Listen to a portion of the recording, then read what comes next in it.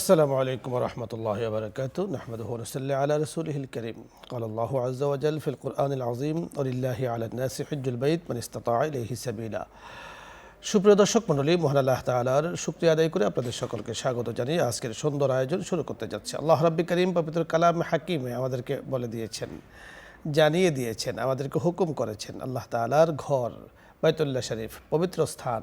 সত্যি যে কায়দা মাস চলছে, জিলহজ মাস আসছে, এ সময় মোমেনের আত্মা, মোমেনের অন্তরাত্মার মধ্যে একটি বিষয় কাজ করতে থাকে, তা হলো কখন যাব সেই সোনার মদিনা, কখন যাব মক্কাতুল মুকাররমায়। তো একজন হাজী সাহেব যখন মক্কাতুল মুকাররমা বা মদিনাতুল মুনাওয়ারার উদ্দেশ্যে রওনা দেন, যখনই ইহরাম বেঁধেছেন তখনই যেন মনে প্রাণে উনি হাজী হয়ে গিয়েছেন। সুবহানাল্লাহ। যখনই আরাফার ময়দানে অবস্থান করবেন, তাওয়াফে জিয়ারা করবেন, তখন তিনি আল্লাহ তাআলা চাহে তো পরিপূর্ণ হাজী হবেন এবং আল্লাহ তাআলার কাছে আমরা দোয়া করছি আল্লাহ তাআলা যেন ওনাকে হজ্জে মাবরুর, হজ্জে মকবুল দান করেন। দর্শক মণ্ডলী, একজন হাজী সাহেব যখন ঘর থেকে বের হয়ে মক্কাতুল মুকাররমা বা মদিনাতুল মুনাওয়ারার উদ্দেশ্যে রওনা দেন, তখন পথিমধ্যে উনি মুসাফির হন। একজন মুসাফিরের জন্য কি করণীয়, কি আদব, তার জন্য করণীয় কি, বর্জনীয় কি, এ সম্পর্কে আজকে বিস্তারিত আলোচনা করবেন বিশিষ্ট ইসলামী চিন্তাবিদ, মিডিয়া আলোচক ফজিলাতুল শেখ মুফতি আব্দুল আখির, শেখুল হাদিস, জামিয়া দিনিয়া মতিঝিল, ঢাকা। সাথে আছি আমি আমজাদ হুসাইন হেলালি। আসসালামু আলাইকুম রাহমাতুল্লাহি ওয়া বারাকাতুহু। ওয়ালাইকুম আসসালাম ওয়া রাহমাতুল্লাহ। শেখ কেমন আছেন? আলহামদুলিল্লাহ, হযরতের শরীরটা ভালো? জি আলহামদুলিল্লাহ, আপনি দোয়া করেছেন, শত ব্যস্ততার মাঝেও আপনি আমাদেরকে সময় দিচ্ছেন, জাযাকাল্লাহু আহসানাল জাযা। শেখ, আপনার কাছে যে বিষয়টি আমরা জানবো, আপনার কাছেও বিষয়টি অস্পষ্ট নয় যে সারা বিশ্ব থেকে যেমন হাজীগণ মক্কাতুল মুকাররমার উদ্দেশ্যে রওনা দিয়েছেন, মদিনাতুল মুনাওয়ারার উদ্দেশ্যে, ঠিক আমাদের দেশও কিন্তু পিছিয়ে নেই। আমাদের দেশও আলহামদুলিল্লাহ হাজী সাহেব প্রায় প্রতিদিনই যাচ্ছেন এবং ব্যাপক হারে যাচ্ছেন আলহামদুলিল্লাহ। তো একজন হাজী সাহেব যখন হজে যান বা সফরে থাকেন, এয়ারপোর্টে থাকেন, বিমানে থাকেন, পুরা লম্বা টাইম কিন্তু ওনাকে রাস্তায় থাকতে হয়, মুসাফির হালাতে থাকতে হয়, তখন আসলে ওনার কি করণীয়, হাজী সাহেবদের করণীয় কি, বিষয়টি যারা খুবই দরকার। এই কারণে অনেকে হারামরত অবস্থায় থাকেন, না জানার কারণে দেখা যাচ্ছে যে হারাম নষ্ট হয়ে যাচ্ছে। তো আপনার কাছে আমরা নিষিদ্ধ এবং করণীয় কথাগুলো শুনবো। নাহমাদু ওয়া নুসাল্লি আলা রাসূলিহিল কারীম, আম্মা বাদ। অত্যন্ত গুরুত্বপূর্ণ একটা বিষয়। আমরা তো অনেকে মনে করি ইহরাম বেঁধে সৌদি আরব চলে গেলাম, আবার যথা টাইমে বাংলাদেশে চলে আসলাম, হাজী সাহেব হয়ে গেছি। না, আমাদের অনেক কিছু করণীয় আছে। হজ তো হলে একটা শারীরিক ও মানসিক শ্রমসাধ্য পবিত্র একটি ইবাদত। এই ইবাদতটা আসলে সত্যিকার যাতে ইবাদতে পরিণত হয়, তার জন্য আমার আপনার অনেক কিছু করণীয় আছে। একটা হলো হজ যাত্রার আগে আমার কাজ কি। হাজী সাহেব হজের সফর আরম্ভ হওয়ার আগে তার প্রথম কাজ হলো তার নিয়তকে সহি করা। কোরআনে পাকে সূরা বাকারায় 196 নম্বর আয়াত আল্লাহ তাআলা ইরশাদ করেছেন, আউযু বিল্লাহি মিনাশ শাইতানির রাজিম, ওয়া আতিমুল হজ্জা ওয়াল উমরাতা লিল্লাহ। হজ উমরা করবে আল্লাহকে সন্তুষ্টি করার জন্য, আমাকে হাজী সাহেব বলবে না, এই জন্য না। এরপরে আমি হজ পালন করতে হলে আমার হজের এলেম জ্ঞান আমাকে হাসিল করতে হবে। আমার শরীর সুস্থ আছে কি না অভিজ্ঞ ডাক্তারের মাধ্যমে আমি তা পরীক্ষা করে আমি দেখব, কোনো অসুবিধা থাকলে তা আমি ঠিক করে নিতে চেষ্টা করব। আরেকটা জিনিস হলো অত্যন্ত গুরুত্বপূর্ণ, তা হলো আমার আর্থিক পরিচ্ছন্নতা আছে কি না। আমি হারাম পয়সা দিয়ে যদি হজ করি আমার হজ কিন্তু হবে না। আর লাস্টে কথা হলো, হাজী সাহেব যখন হজের নিয়ত করছেন, হজে যাবেন, তার আগে সবার কাছ থেকে, আপনজন সবার কাছ থেকে ক্ষমা চেয়ে নেবে। কোনো পাওনা দেনা যদি থাকে এর লেনদেন আপনাকে চুকিয়ে ফেলবে। এরপর হজ যাত্রা যখন শুরু হয়, সর্বপ্রথম এহরাম বাঁধবে। এহরাম বাঁধা মানে শুধু এক জোড়া কাপড় পরিধান করা নয়, এটা একটি আধ্যাত্মিক অবস্থা। এহরামে আগে নখ, চুল ইত্যাদি এগুলো কেটে নিবে, নিষিদ্ধ কাজ থেকে বিরত থাকবে। আর এহরাম বাঁধার পর থেকে বেশি বেশি লাব্বাইক আল্লাহুম্মা লাব্বাইক, লাব্বাইক লা শারীকা লাক লাব্বাইক, ইন্নাল হামদা ওয়ান নি'মাতা লাক ওয়াল মুলক লা শারীকা লাক, এই তালবিয়া আমরা বেশি বেশি আমরা পড়ব। মক্কায় পৌঁছার পর অজু সহ বিনয়ের সাথে সাফা মারোয়া তাই করব, সাই করব, বাইতুল্লাহ শরীফে তাওয়াফ করব, 5 ওয়াক্ত নামাজ মসজিদে হারামে আমরা আদায় করার জন্য আমরা আপ্রাণ চেষ্টা করব। এরপরে তো হচ্ছে হজের সফর, জিল হজের 8 তারিখ থেকে 12 তারিখ, ওইটা তো হাজি সাহেব মানেই সবাই এটা জানেন। এরপরে আমরা যখন মদিনায় পৌঁছবো, মদিনায় পৌঁছার পরে আমরা বেশি বেশি জিকির, আজকার, এবাদত, বন্দিগিতে আমরা কাটাতে চেষ্টা করব। আল্লাহর হাবিব সাল্লাল্লাহু আলাইহি ইসলামের রওজায়ে আকদাসে আমরা সালাত ও সালাম বেশি বেশি পেশ করতে চেষ্টা করব। গুরুত্বপূর্ণ স্থানগুলো আমরা জিয়ারত করব। এরপর সময় নষ্ট করব না, সময়টাকে কাজে লাগাইতে চেষ্টা করব। কোরআনে পাকের 197 নম্বর আয়াত সূরা বাকারার আল্লাহ তাআলা ইরশাদ করেছেন, আউযু বিল্লাহি মিনাশ শাইতানির রাজিম, ওমা তাফআলু মিন খাইরিন ইয়ালামুহুল্লাহ। তুমি যা কিছুই করো না কেন হজের সফরে বা অন্য সময় আল্লাহ তাআলা সব কিছুই জানেন। এগুলো আমরা কিন্তু মনে রাখব। এরপরে আমরা হজের সফরে মানুষের সাথে ভালো ব্যবহার করব, অন্যের খেদমত করতে চেষ্টা করব। এক সাহাবী আল্লাহর হাবিব সাল্লাল্লাহু আলাইহি ইসলামকে জিজ্ঞেস করেছেন যে হুজুর, হজের সময় আমি বেশি বেশি কী কাজ করব? মাসনাদে আহমদের মধ্যে আছে, আল্লাহর হাবিব সাল্লাল্লাহু আলাইহি ইসলাম ইরশাদ করেছেন, ইতআমুত তাআম ওয়া তিবুল কালাম। অন্যের খেদমত করবে, অন্যকে খাওয়াইতে চেষ্টা করবে, আর সুন্দর কথা বলবে, হুসনে আখলাকের সাথে চলবে এবং সবর ধৈর্যের সাথে আপনাকে চলবে। এইভাবে যদি আমরা হজের কাজগুলো করতে পারি তাহলে তো আল হাজ্জুল মাবরুর লাইসা লাহু জাযাউন ইল্লাল জান্নাহ, মকবুল হজের আপনি বিনিময় একমাত্র জান্নাত, সেটা আমরা কি পাবো। সহিহ বুখারী শরীফে 1521 নম্বর হাদিস, আল্লাহর হাবিব সাল্লাল্লাহু আলাইহি ইসলাম ইরশাদ করেছেন, মান হাজ্জা ফালাম ইয়ারফাস ওয়ালাম ইয়াফসুক রাজাআ কায়াউমিন ওয়ালাদাতহু উম্মুহু। যে নাকি হজ করেছে আর হজের মধ্যে কোনো অন্যায়, অবিচার এবং ঝগড়াঝাটি এগুলো কিছুই করে নাই, তাহলে কেমন যেন সদ্য ভূমিষ্ঠ আপনার সন্তান যেরকম নাকি নিষ্পাপ, সেরকম আপনার নিষ্পাপ হয়ে যায়। এরপরে হজের থেকে ফিরে আসার পরে আমার কাজ কি? হজের থেকে ফিরে আসার পরে আমার কাজ হলো আমার জীবনের আমূল পরিবর্তন আমার মধ্যে সাধন করতে হবে। আর আসার সময় সম্ভব হলে দুনিয়ার হাউজে কাউসারের নমুনা মায়ে জমজম নিয়ে আসবো। আর আরও সাধ্য যদি থাকে তাহলে কারুকার্যবিহীন যায় নামাজ আমি নিয়ে আসবো। এই সমস্ত এগুলো হচ্ছে আমার কাজ। আর মদিনার আপনি খেজুর নিয়ে আসতে চেষ্টা করব। ওইখানে আমরা কখনো ছবি তুলব না, সেলফি তুলব না, এই সমস্ত এগুলো অনেক গুনার কাজ। আপনি চমৎকার বলছিলেন শেখ মুফতি আব্দুল আখির শেখুল হাদিস, আপনি চমৎকার বলছেন যে একজন হাদিস সাহেবের জন্য পথে করণীয়, অর্থাৎ আমি যখন হারামের ভিতরে প্রবেশ করেছি, অর্থাৎ দুনিয়ার মধ্যে অনেক হালাল বিষয় সেগুলো হারামের কারণে এখন হারাম হয়ে যায়, সে কাজগুলো করা যাবে না। অশ্লীলতার তো করাই যাবে না, বলাও যাবে না, তার কাছেও যাওয়া যাবে না, এবং প্রকৃত বীর হতে হবে। রাসূল আকরাম সাল্লাল্লাহু আলাইহি সাল্লাম বলেছেন যে প্রকৃত বীর কাকে বলা হয়? যে প্রতিশোধ নেওয়ার ক্ষমতা থাকলে প্রতিশোধ নেয়াকে প্রকৃত বীর বলে না। প্রতিশোধ নেওয়ার ক্ষমতা থাকা সত্ত্বেও নিজেকে কন্ট্রোল করে, যিনি নিজের রাগকে হজম করেছেন, সংযমতা অবলম্বন করেছেন, সাবের বানিয়েছেন, নিজেকে ধৈর্যের পাহাড় বানিয়েছেন, তাকেই বলা হয়েছে যে প্রকৃত বীর। সেই প্রকৃত বাহাদুর হজের সফরে প্রকৃত বাহাদুর হতে হবে। কারণ দেখা যাচ্ছে লম্বা সফর, স্বাভাবিকভাবে যথাসময় ঘুম হচ্ছে না, খাওয়া হচ্ছে না, বিশ্রাম হচ্ছে না, মেজাজও অনেকটা খিটখিটে থাকে।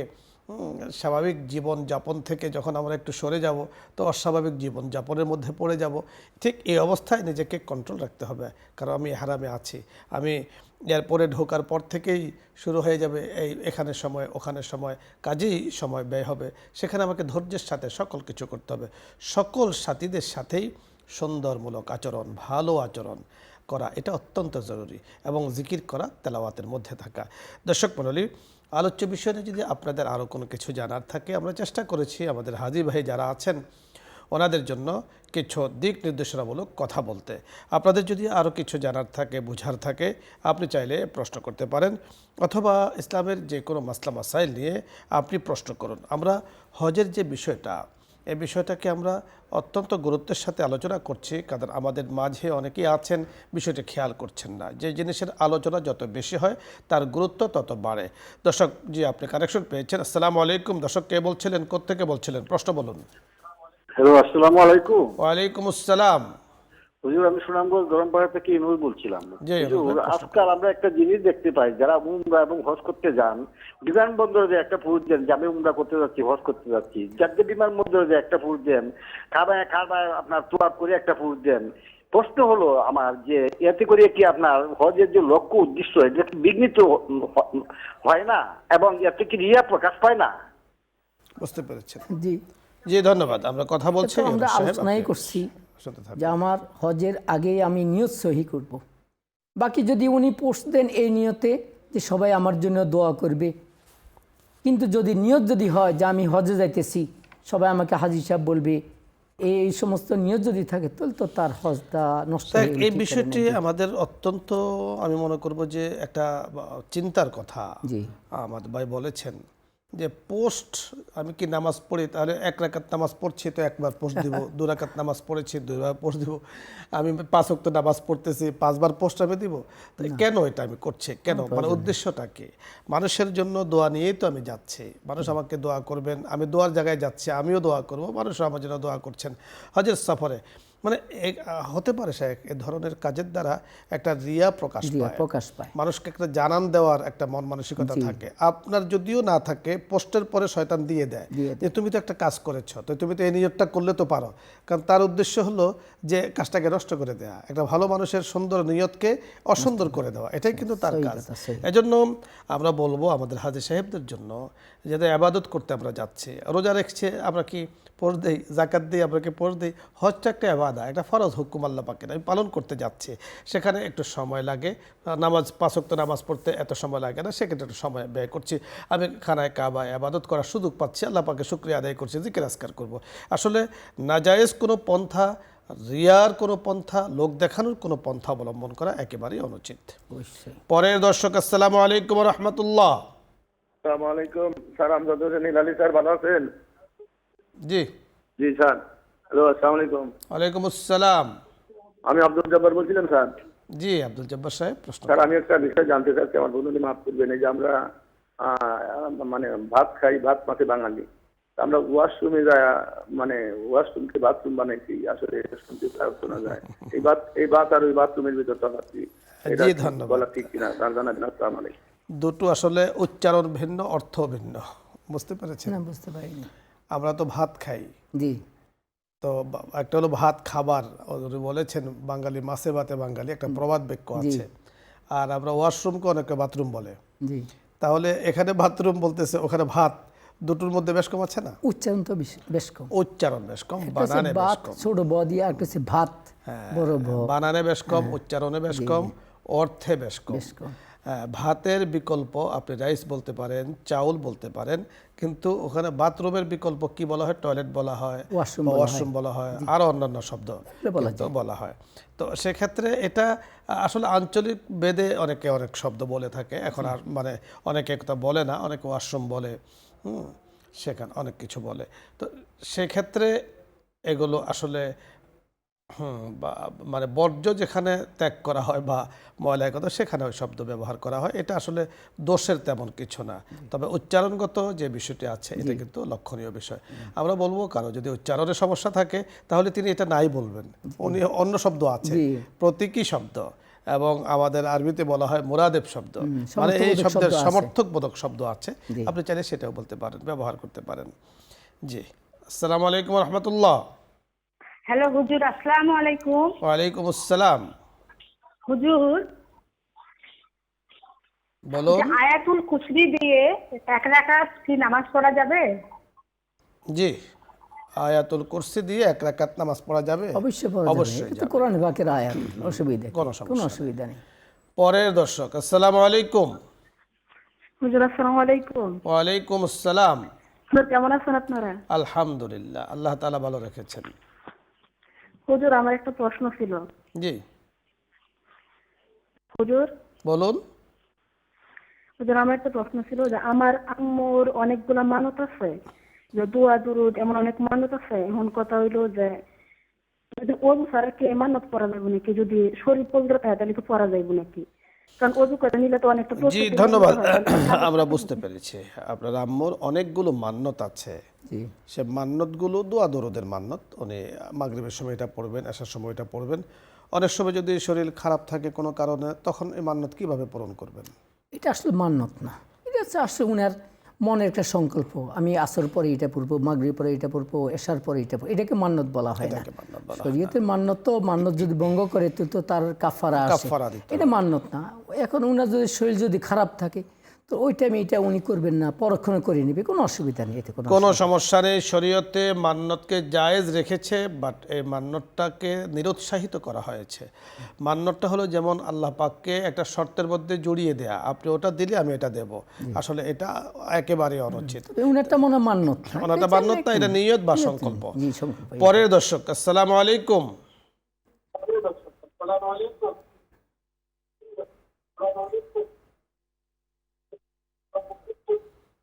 জি দর্শক শুনতে পেয়েছেন, প্রশ্ন বলুন। ওয়ালাইকুম আসসালাম রহমতুল্লাহ। কেমন আছেন আপনি? আলহামদুলিল্লাহ, আল্লাহ তাআলা ভালো রেখেছেন। আমি দেখি নিয়মিত আপনাদের এই অনুষ্ঠানটা। প্রশ্ন বলুন। একটা প্রশ্ন হইলো যে আমার আম্মা তো মারা গেছে, কিন্তু আমার নানিদের কিছু অংশ আছে, জি ওগুলা কি আনলে কি কোনো গুনাহ হবে নাকি না, কোনো গুনাহ হবে না। ধন্যবাদ। জায়েজ আছে কিনা জানি না, ওইটা যদি এটা বলতেন। আমরা বুঝতে পেরেছি আপনার কথা শেখ।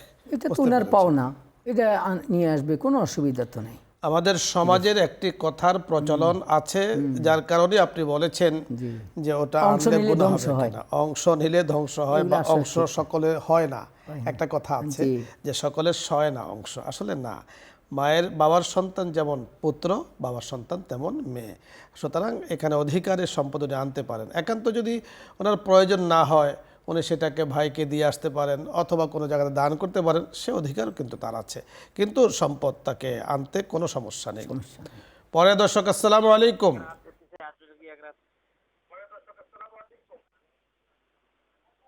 আসসালামু আলাইকুম রহমতুল্লাহ। ওয়ালাইকুম আসসালাম রহমতুল্লাহ। জি দর্শক, প্রশ্ন বলুন। হুজুর, বলুন। আমাদের সমাজে এদিকে অনেক মানুষ বিতরের নামাজ এক রাকাত পড়তেছে, আসলে এই বিধানটা কতটুকু সঠিক? আর এরপরে ফরজ নামাজের পরে ইমাম সাহেব ওয়ালাদ্দাল্লিন পড়ার পরে উচ্চ সুরে আমিন বলতেছে। জি ধন্যবাদ, আমরা বুঝতে পেরেছি। দুটো প্রশ্নই আলোচনার দাবি রাখে, লম্বা চড়া আলোচনার দাবি রাখে। তবে সংক্ষিপ্তভাবে শাইখের কাছে আমরা শুনবো যে ভিতরের নামাজ অনেকে এক রাকাত পড়েন, আসলে এক রাকাত বলতে কোনো নামাজ আছে কি? আসলে আমরা তো হানাফি মাযহাবের অনুসারী। হানাফি মাযহাবে বিতির নামাজ এক রাকাত না 3 রাকাত, বিতির নামাজ 3 রাকাত। এই জন্য আমরা অনেকে না বুঝে আমরা কি এক রাকাত পড়া আরম্ভ করে দিই, আমার এটা ঠিক না, জানে কি হানাফি মাযহাবের। আর যদি শাফি মাযহাবের হয়, যেটা সাধারণত আমাদের দেশে নেই, তাহলে সে পড়তে পারে না, কিন্তু এটার হানাফি মাযহাব এটা আসলে কোনো এক বৈধতা রাকাত নেই। পড়ার সিস্টেমটা কি শেখ?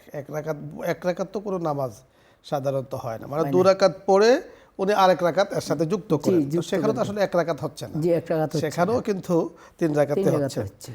আর একটা প্রশ্ন আপনি করেছেন যে আমিন, অনেকে ওয়ালাদ্দাল্লিনের পরে মুসলিরা জোরে আমিন বলেন, আমিন বিল জেহর, এটাও হানাফি মাযহাবে আমিন বিসির আসতে বলবে। জি, অর্থাৎ মুসল্লিরা আমিন বিসির আস্তে আমিন বলবে। আর অন্যান্য মাযহাবে অবশ্য আমিনের কথা হাদিসের মধ্যে আছে যে জোরে আমিন বলার কথা আছে, সেটা তারা পড়ছেন। এজন্যই হজে যারা যান মক্কা মদিনায়, তো সেখানে তারা দেখে আসেন যে এখানে ইমাম সাহেবও আমিন বলে, মুসল্লিরাও আমিন বলে। হাম্বলি মাযহাব অনুযায়ী এটা বলতে পারে, কোনো সমস্যা নেই, এতে মানে লম্বা চড়া কোনো সমস্যা তা কিন্তু বলা যাবে না। শায়েখ ধন্যবাদ আপনাকে জানাচ্ছি আজকের সুন্দর আয়োজনে আপনি শরীক হয়েছেন। জাযাকুমুল্লাহু আহসানাল জাযা। দর্শক মণ্ডলী, আপনাদের সকলকেও জানাচ্ছি জাযাকুমুল্লাহু আহসানাল জাযা। আল্লাহ পাক ইহ এবং পরজগতে আমাদেরকে উত্তম প্রতিদান দান করুন, সাআদাতুদ দারাইন করুন, ইহ জগতে পরজগতে আল্লাহ তাআলা সৌভাগ্যবান বানান। আজকের এই সুন্দর আয়োজনে আপনারা শরীক হয়েছেন, আমরা শরীক হয়েছি। আয়োজকবৃন্দ যারা আছেন, আমাদের সাথে যুক্ত আছেন, আমাদের নিউজ 24 কর্তৃপক্ষ যারা আছেন, সকলের জন্য আল্লাহ তাআলা খায়র ও কল্যাণের ফয়সালা করুন। আমিন ইয়া রাব্বাল আলামিন। বিদায় নিচ্ছি, দেখা হচ্ছে আগামীকালকে। আসসালামু আলাইকুম ওয়া রাহমাতুল্লাহি ওয়া বারাকাতুহু।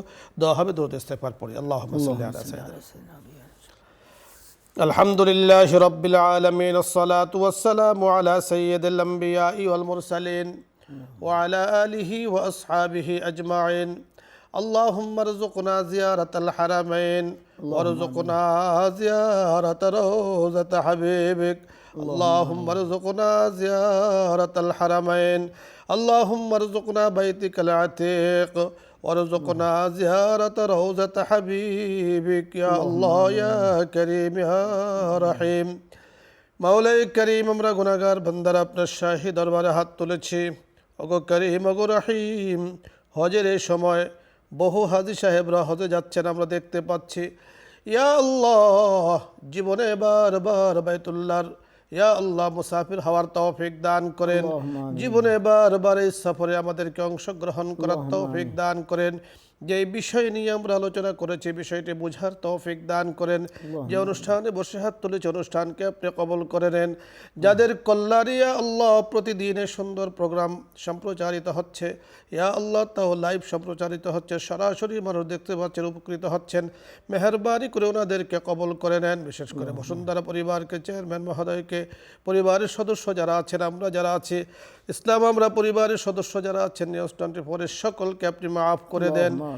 ইয়া আল্লাহ, কবিরা সগীরা জানা অজানা শিরকি বেদাতি তামাম গুনাহ থেকে তওবা করছি, আর গুনাহ করব না।